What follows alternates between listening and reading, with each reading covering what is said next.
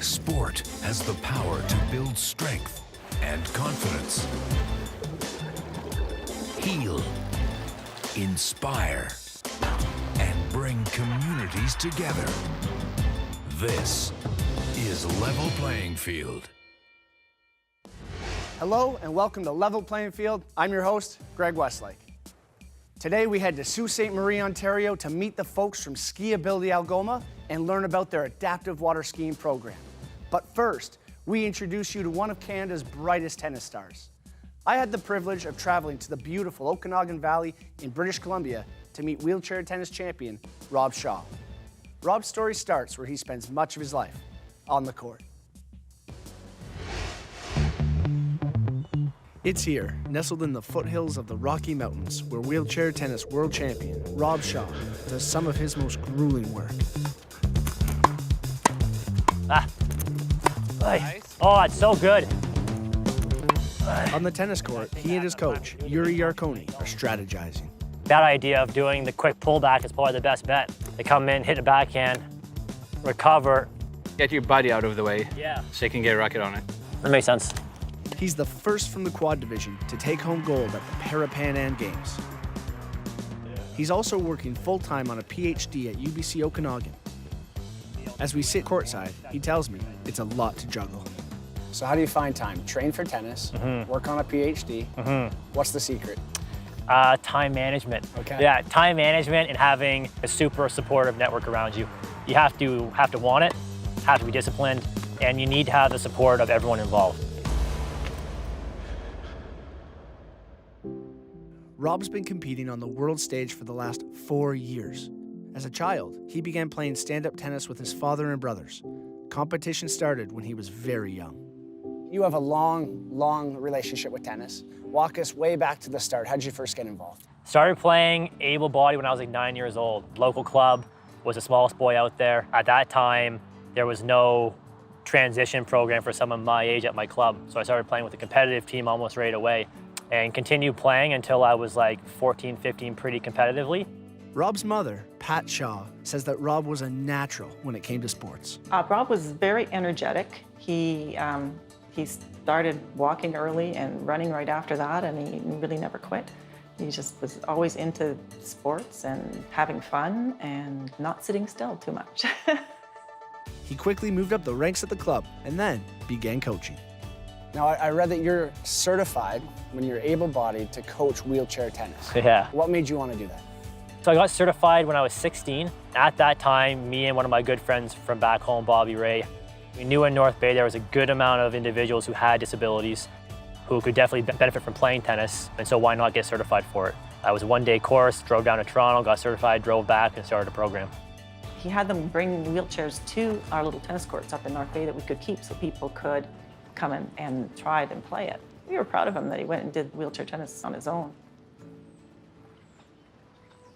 Rob continued playing and coaching into his early university years. And then, things changed. You have an accident. What exactly happened there? Yeah, it was unfortunately a very common injury that happens in Canada. That it was a diving accident. So I was at a family home, my home, was with a bunch of friends, doing something we just normally do, just dive into the pool. And I was diving over the shallow end into the deep end and just got a bit too much height and came down with a bit too much angle and sort of nicked the top of my head. And it was enough for my two vertebrae to sort of split apart, break, and then come back. But I didn't get knocked out at all. And that was probably the scariest moment, was like hearing the sound of your own neck break. It was like a gunshot. And then being conscious during the aftermath.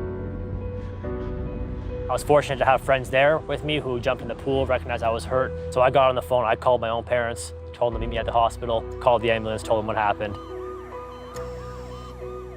We were out at the cottage and the phone rang. It was in the middle of the night sometime. And well, that's pretty much one of the worst days in a parent's life to get that phone call. Rob spent the next 35 days in the ICU recovering from his injury. By the time he'd got to rehab, he had lost 35 pounds and could hardly move. For Pat and the rest of his family, it was difficult to comprehend. We were all worried. We didn't know if you don't know. You don't know how much function you're going to get back, and you don't know how independent the person is going to be or how much it's going to restrict his life, and you feel sad as a parent. With a lot of hard work and support, he did regain some movement. It was about 6 weeks into rehab when he met wheelchair tennis player and Rob's mentor, Gary Luker. This would prove to be one of the most meaningful peer support relationships Rob would experience. I very vividly remember meeting him in the hospital during one of our monthly coffee group sessions. And he came in and they were doing the introductions around the circle, and they said, oh, here's Gary Luker. He just got back from nationals where he won the singles championships. I remember looking him up and down and being like, okay, like if this guy's winning national championships, then like there's no way I should not be winning national championships either. And I remember the first time he got to the tennis court and we met for the first time there, and I had to show him how to tape the rack to the hand because we have bad hand function. And I remember him getting out there, and I think he was saying it was pretty liberating, like getting into a sports chair and actually being able to move around instead of the tanks we're in every day, right? He was a huge influence. He like went down to his car, got his chair, brought it up, showed me how he transferred in and out of it. At that point, I couldn't transfer on my own. And so seeing him transfer on his own, I was like, okay, like instant motivation. Like if he's doing it, I should be able to do it. He's an athlete, and you want to find something to do, and since he was already good at tennis, why not? Why not? It's a pretty good adaptable sport. Being so athletic before the injury, I know when I got injured, my dad especially was concerned that I'd never be the same again.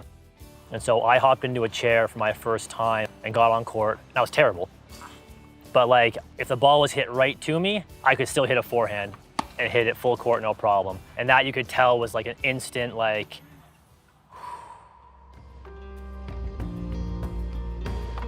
This was a most welcome sigh of relief for everyone. But what's evident in these early training videos is that as Rob struggled to readjust to his new life and regain function, the pressure to play tennis began to mount. fast forward a year, and I started playing competitively, and I was definitely pushed into quickly by myself, by my support networks, and played it for like a year and a half and just totally burned out. Got super frustrated because I couldn't play the same way I played before my injury. The game became too much to play, and Rob made a decision. The idea that I was going to be able to compete on the world stage 2 years post-injury was just like, it wasn't going to happen. I wasn't enjoying it. I wasn't enjoying the traveling. I wasn't enjoying the pressure on myself. I was getting more frustrated and more angry than I was happy, and I hated who I was on the court.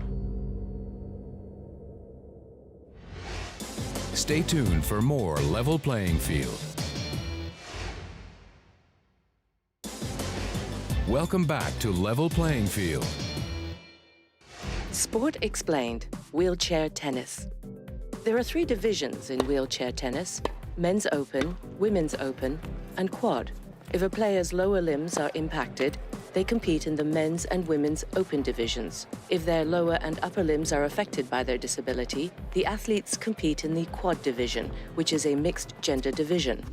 Players compete using sport wheelchairs, which allow for increased mobility during the match. The manual push wheelchairs have their 2 main wheels angled inward 20 degrees to allow for greater speed and quicker turning. In the Quad division, because some players cannot grip the racket, it can be secured to the player's hand with tape to allow them to maintain control. The game is played on a standard rectangular tennis court, 78 feet long by 27 feet wide for singles and 36 feet wide for doubles. White lines on the court designate the boundaries for both the singles and doubles games. The lines on the court have specific names. The baseline run the length of the playing surface at both ends of the court. The small lines found in the middle of each baseline are called the center mark and are used for serving. The court is divided in half by a 3-foot-high net that stretches the width of the playing surface. On each side of the net, there is a right and left service box, 21 feet long by 13.5 feet wide. When serving from the right side of the center mark, a player must hit their serve into the opponent's right side serving box. And when serving on the left side of the center mark, the ball must land in the opponent's left service box. All divisions have both singles and doubles competitions and follow the same rules as able-bodied tennis, with the exception of one key difference. In wheelchair tennis, the ball is allowed to bounce twice on your side before being returned to your opponent's side of the court. Now you're all set to hit the court. Welcome back. I'm Greg Westlake here in beautiful Kelowna, British Columbia. I'm with tennis superstar Rob Shaw I'm strapped into the wheelchair. I got my racket, all the accessories I need. I just need you to teach me how to play. Well, then we better get started, Let's shouldn't we? get going. All right, let's do it. So first thing, shake my hand. Okay. Now give me your racket and shake the racket's hand with your right hand. That's the way I want you holding the racket. Okay. Step number 1. I can do that. Step number 2, every time you hit the ball, you should be moving afterwards. Okay. So backhand first, we're hitting a backhand, then we're moving away. Now a forehand, I know you have a good forehand, and moving afterwards. It's like a lot of effort, man. I think you're ready to go. Oh boy. Yeah, I think he's ready. Okay. Rob's coach, Yuri Yarkoni, is hitting some balls to us for a quick warm-up. For me, it takes me a minute to find my spot on the court. All right, So give it a go. me first, oh yeah. So I hit and I move. Second. Me. Oh, I was coming. I'm ready. Guy's sneaking over on my side here. Get out of here. Some things to remember. The ball can bounce twice before returning. You need it, yeah. And of course, don't stay still. I'm just working on this keeping moving thing. Yeah, Finally, I return a ball to Yuri. there you go. That was I'm just nicer. nervous that like I might hit that house behind us. Yeah, but they got lots of money. They're in Kelowna, so you're all right. Once I master my forehand shot, it's time to play. I make my way over to the other side of the court, and Rob serves first. There you go, easy one. Right in the wheelhouse. Oh yeah. And that'd be your first game. I think I just lost. All right, game 2. It's my turn to serve. I give Rob fair warning. I just don't want to hurt you. I know, that's what I'm worried about too. Okay, perfect. Yeah. There you go, nice. Then we get a rally Forehand, going. push. Nice. Fight it off, backhand, push. Look. Ah, the ball's out. I just lost the game. But I can Get over it. seriously say I got a run for my money. Rob is a tough competitor, and I have to shake his hand. I appreciate the tips, man. I appreciate that. That's fun. Yeah, it was a lot of fun, it was great. I have a newfound respect for it. I appreciate it. That was hard, man. Yeah, it was a lot of fun, that was great. I worked hard, but so does Rob, every day, along with his coach Yuri. Rob's amazing. What's his work ethic like when he's here to get better? Oh, he's hard on himself. Yeah. It's true. He's a perfectionist. I find it harder. Okay. I hit possibly 200% more shots than I would with my other clients during those 2-hour sessions with him. And he expects the ball back at higher quality than many of my other clients. How do you go from coaching to finding a coach that you'll actually look up to and listen to? Yeah, you go through a lot. You become pretty picky. So it was really hard for me to let go of that ego and say, okay, like, there's coaches out there that can help you. Yes, they may not have as much experience as you. Yes, you may think they're charging you too much, but like, that's their job. And they gotta make a living, and like, you need a coach. So like, bite the bullet, let your ego at the door, and find a coach. And does anybody ever ask you about the irony of being certified to coach wheelchair tennis? Oh yeah. Okay. Oh yeah, for sure. I mean, it's an irony, and it was also a big thing on tour. You know, the athletes heard, oh, there's this like club pro who's now in a chair who's going to be competing, like he's going to be amazing and all this. And I wasn't at first. I'm doing better now, but I was trash at the beginning for sure. So you had a reputation when you came in. I had a reputation to hold up, and that was part of the pressure, I'm sure. Part of the pressure that I put on myself to compete, to play well, that definitely led to that first burnout. I used the excuse of school as a way of getting out of that. But it also gave me an opportunity to still compete maybe 3 or 4 tournaments a year locally and start playing the sport at a recreational level and like enjoying it more. And that's where like after 2 years of just playing recreationally like that, I started to enjoy the sport more because I got better. And so, you know, after that burnout, 2 years of recreational tennis allowed me to become better at the sport. All of a sudden, all those frustrating shots I was missing before, I wasn't missing. I was stronger, I was getting to more balls. And then I was able to start seeing, hey, I can actually play with these guys, I can compete, I can win, and feel like I belonged out there. Rob's break from competition allowed him to focus on his studies. It led him to his PhD research on a subject very dear to him, and the very thing that helped shape his recovery.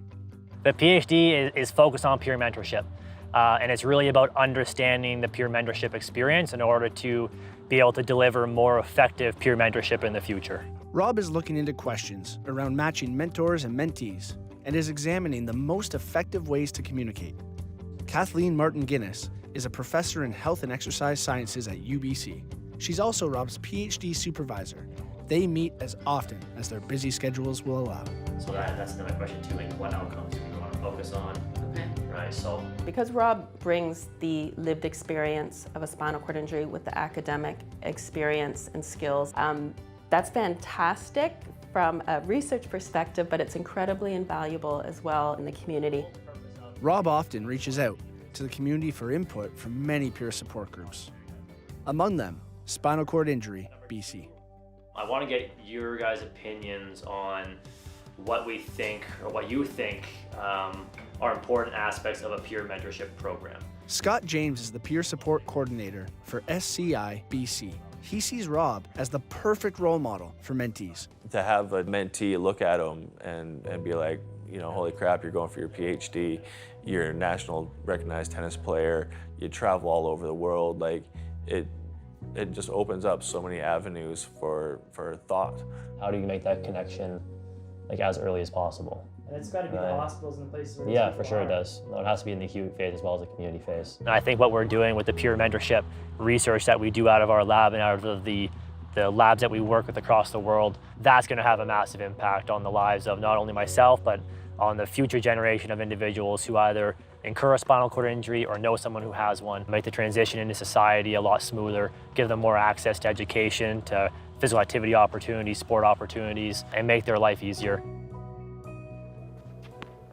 I haven't seen a student be that focused on the court and then be that focused academically, and to be able just to turn it on, turn it off, and be focused where he needs to be. I honestly don't know how he does it. Wheelchair tennis player and Rob's mentor, Gary Luker, agrees. He's very motivated, dedicated, hardworking. He's confident. He has his mind set to something. He sticks with it, and it's really cool to see. Pat Shaw, Rob's mother, says that she and the family are thrilled for him and what he's been able to achieve. Oh, we're very proud of him. We actually can't understand how he can do it all, because none of us could do it all. As Rob mentioned, it's time management and hard work. But there's one piece of advice he'd give anyone with a new spinal cord injury. Patience. You have to be patient. The world is great, but it's inaccessible. And as society, we're doing a better job of making it more accessible, but your activities of daily living just take longer. And so without patience, you're gonna be hard pressed to enjoy life again. But if you can work on your patience and work on your ability to enjoy the process of things, you're gonna be a lot better off for it.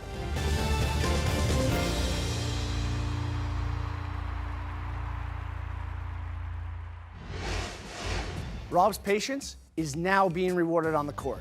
As we mentioned, he won gold at the 2019 Para-Pan Am Games in Lima and is poised to do the same thing at the Paralympics in Tokyo. Next, we move from an athlete excelling on the court to an organization building a disability community on the water. But first, we take a quick break. More to come on Level Playing Field. You're watching Level Playing Field with Greg Westlake. As promised before the break, we head to the shore of Little Lake George to meet the folks from SkiAbility Algoma.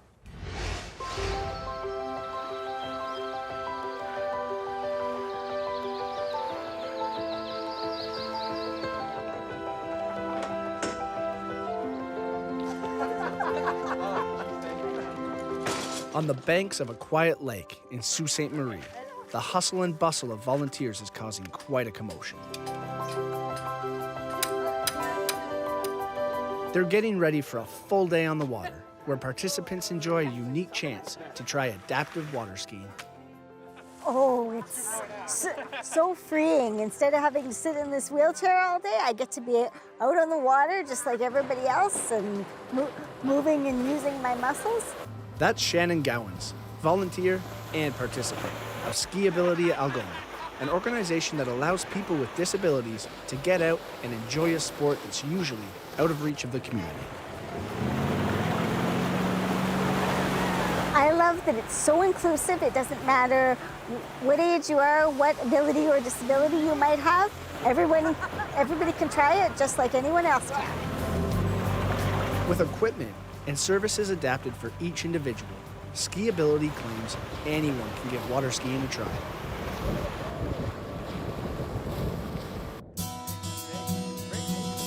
Skier Jake Smelly keeps coming back because of the feeling he gets out on the water. The first thing is leaving a wheelchair or leaving your prosthetics behind and just being free. You know, it's you're out on the water and you just leave all that behind and away you go, you know, sort of thing. So that feeling alone, you know, and I know for other people here, you know, to leave their wheelchair behind and just go out and be free on the water, that's the biggest feeling. A great benefit of programs like SkiAbility is the way it fosters inclusion and builds a sense of community with the participants. It's amazing. This community is amazing for accessibility and for programming and so on. I come from a very small community in Manitoba where it's much more difficult and we have you know, issues of funding and so on, and I see, you know, Sault Ste. Marie as being very forward. Having programs like this, it's amazing how far they've come. This is in part to the tireless work of President of SkiAbility, Tim Jansen, who helped start the program after being approached by his neighbor at his cottage 12 years ago.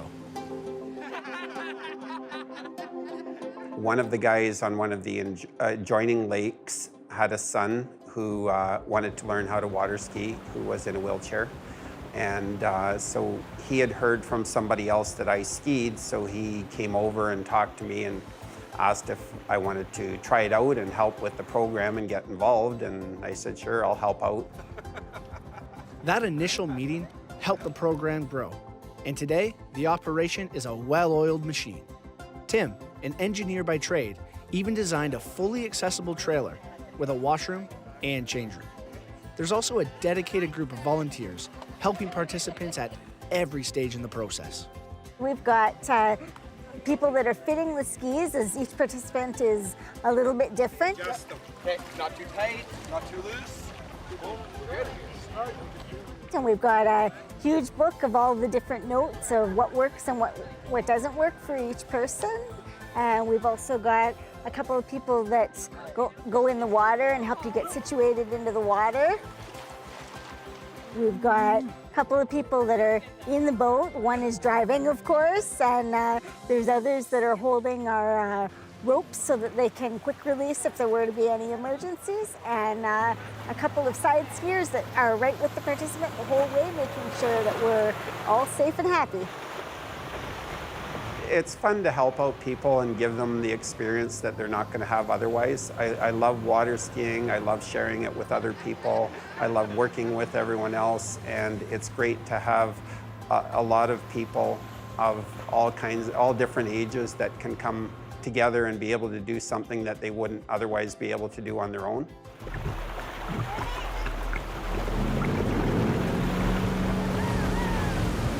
There's many reasons why this program is so important. But for Shannon, the personal connection comes from her childhood.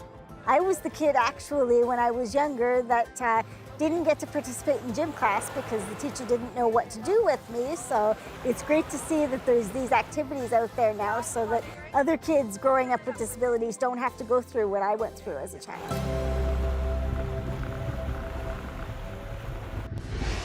It sure sounds like they have a lot of fun out there. And if you want to join the fun, you can connect through their website, SkiAbilityAlgoma.ca. Thanks for joining us on Level Playing Field. I'm Greg Westlake. Get in the game. Host Greg Westlake, producer Ted Cooper, field producer Johanna Ryan, segment producers Johanna Ryan, Alex Smythe, videographer Matthew McGurk, second camera Kelowna Travis Cross, senior editor Matthew McGurk, editor Manuel Grados Andrade, integrated described video specialist Simone Cupid, audio producer, composer, and engineer Mike Monson, graphics Andrew Antonello, Mike Smith.